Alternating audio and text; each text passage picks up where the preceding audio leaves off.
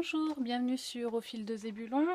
On est dans la deuxième partie des bracelets d'identification.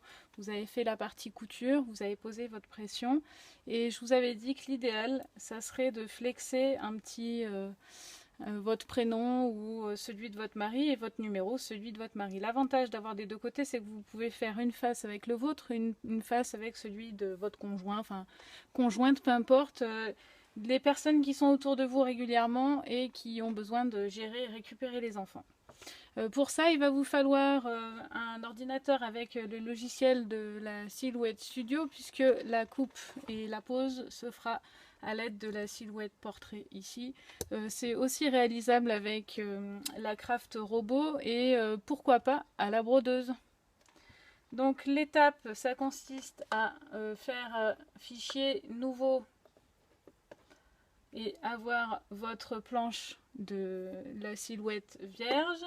Vous cliquez sur la lettre avec la barre pour créer votre zone de texte. Vous cliquez pour entrer votre texte et là vous marquez votre numéro, donc 06, blablabla. Ah, hop là, on va se remettre en... Tac. Vous mettez votre numéro. Vous choisissez ici donc votre police. Vous avez des polices d'écriture disponibles sur le site d'Afon. Prenez bien celles qui sont libres de droit si vous souhaitez être tranquille. Alors, j'en cherche une après, peu importe. Il faut qu'elle soit lisible. Ne prenez pas une où on a une chance sur deux de se tromper au niveau du chiffre ou au niveau des lettres. Je cherche. Hop.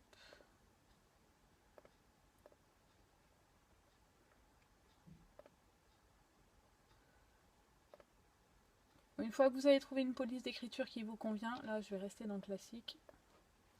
Vous notez donc monsieur ou madame je ne sais quoi.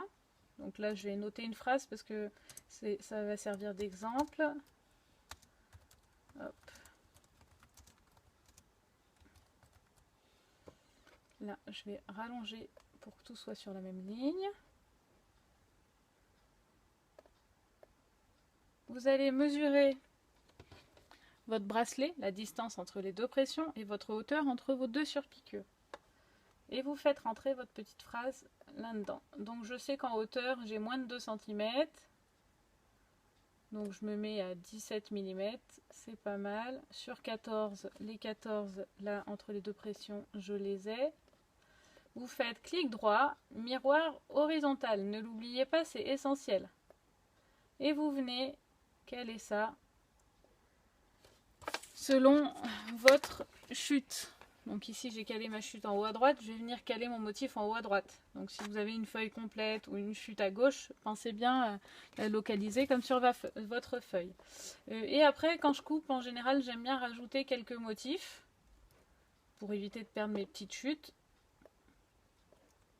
Donc je fais du copier-coller et je vais venir les mettre en dessous. J'en fais plusieurs, je les utilise à d'autres destinations.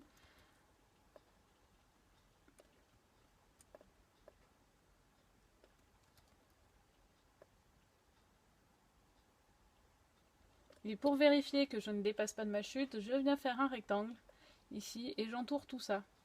Je sais que j'ai 6 cm de hauteur par 14 cm de large et je mesure ma chute pour être sûr que ça rentre dedans. Donc là vous voyez j'ai que 12, ça rentrera pas. Et après j'ai 4 en plein. Enfin, peu importe, le but c'est que ça rentre là-dedans. Donc là j'aurai peut-être pas ma phrase en entier. Du coup je vais venir rapetissir tout ça. Je zoome pour bien vérifier que rien ne se chevauche. Je clique sur le petit paramètre de découpe ici et j'entre mon paramètre de découpe. Donc je marque couper bord. Après je choisis dans le menu déroulant la feuille de silhouette transfert à chaud clair ou foncé. Et je rentre mes réglages. Alors ça c'est des réglages parce que j'ai déjà découpé tout à l'heure. Donc je sais que c'est ceux-là que j'utilise avec ce type de flex. Maintenant, je viens mettre ma feuille sur ma machine en l'enclenchant avec le quadrillage. Je referme et je fais envoyer sur silhouette et découper. Donc là c'est parti, c'est la silhouette qui va travailler toute seule. Pendant ce temps-là, vous branchez votre fer à repasser.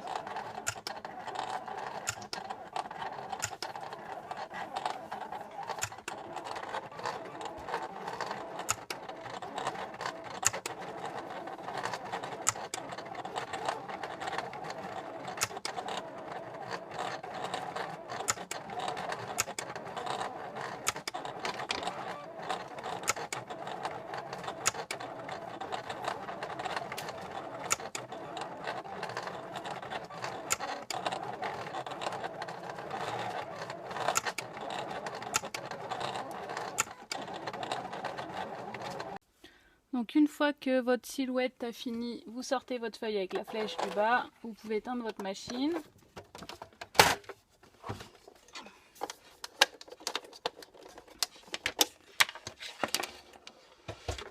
Et vous installez votre fer à repasser.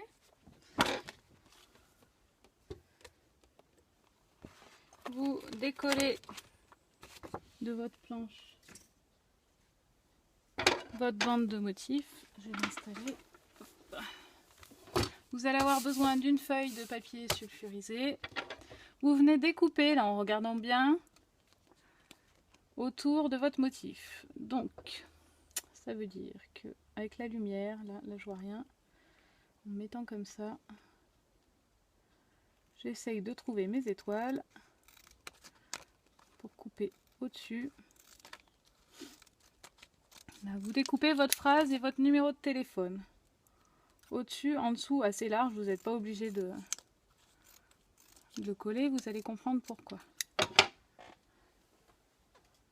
Vous prenez votre petit ustensile pour écheniller. Si vous n'en avez pas, ça marche très bien avec une épingle. Et vous venez écheniller votre phrase. Alors ici, moins et pile au bord. Comme c'est du tout petit, tout fin, vous n'hésitez pas à retenir pour pas que vos lettres s'envolent. Sinon vous allez être embêté. Ça prend 10 secondes, mais au moins vous êtes sûr.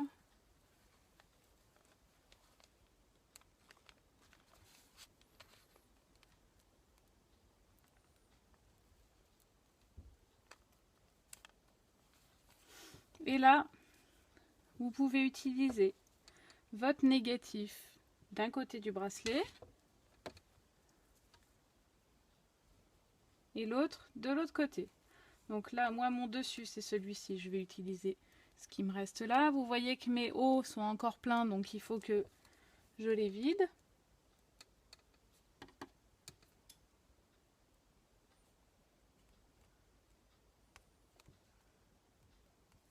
Alors ne laissez pas les chutes sur la table à repasser, parce que si vous repassez dessus, après, ça va rester bien collé. Prenez votre temps, la préparation est aussi importante que le reste.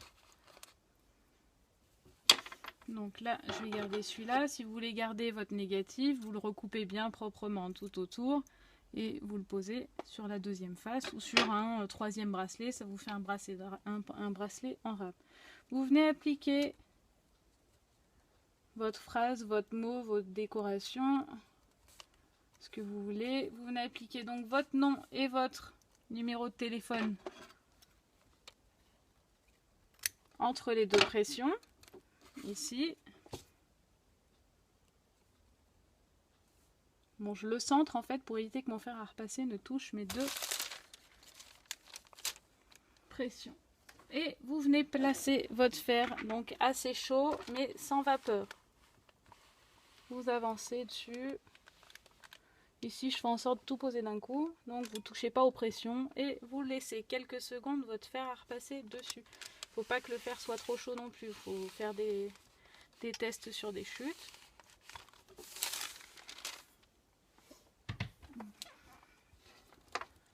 faut laisser légèrement refroidir. Ça c'est pareil, ça dépend des flex. Il y a des flex où vous pouvez enlever tout de suite. Et il y a des flex où il va falloir patienter. Donc j'en profite pour écheniller la fin de mes motifs.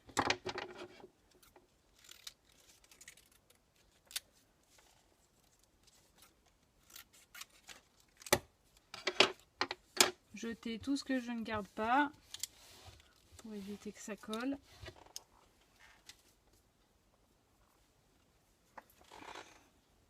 Vous venez attraper le film épais, vous tirez, vous regardez que vos lettres soient bien incrustées. Si elles ne le sont pas, vous repassez en laissant le film plastique. Et là, je viens repasser une dernière fois, juste avec mon papier sulfurisé.